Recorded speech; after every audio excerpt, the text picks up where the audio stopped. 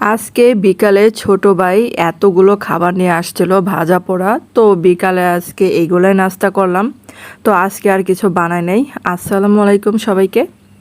তারপরে যে আমার মেয়ে দেখেন, সে খাবার খাওয়ার জন্য দাঁড়ায় আছে কোনটা খাবে। তো বাসায় যেহেতু আমরা অনেকজন আছি, তার জন্য অনেকগুলোই খাবার নিয়ে আসা হয়েছে। তো আমার আবার পছন্দ পেঁয়াজু, সেটা খাবো। আর এদিক দিয়ে দুপুরে রান্না করা হয়েছে এই যে এটা মূলার ডাঁটা, পরে মূলা শাক, তারপরে যে ডাঁটা দিয়ে ট্যাংরা মাছ, তারপরে যে গাছের আম দিয়ে এই যে মসুরির ডাল রান্না করেছে। তারপর এটা হচ্ছে বড় কচু, যে সে কচুটা রান্না হয়েছে। তারপরে যে দেশি মোরগ। তো আমি রাতে খাবো যে ধানের খই।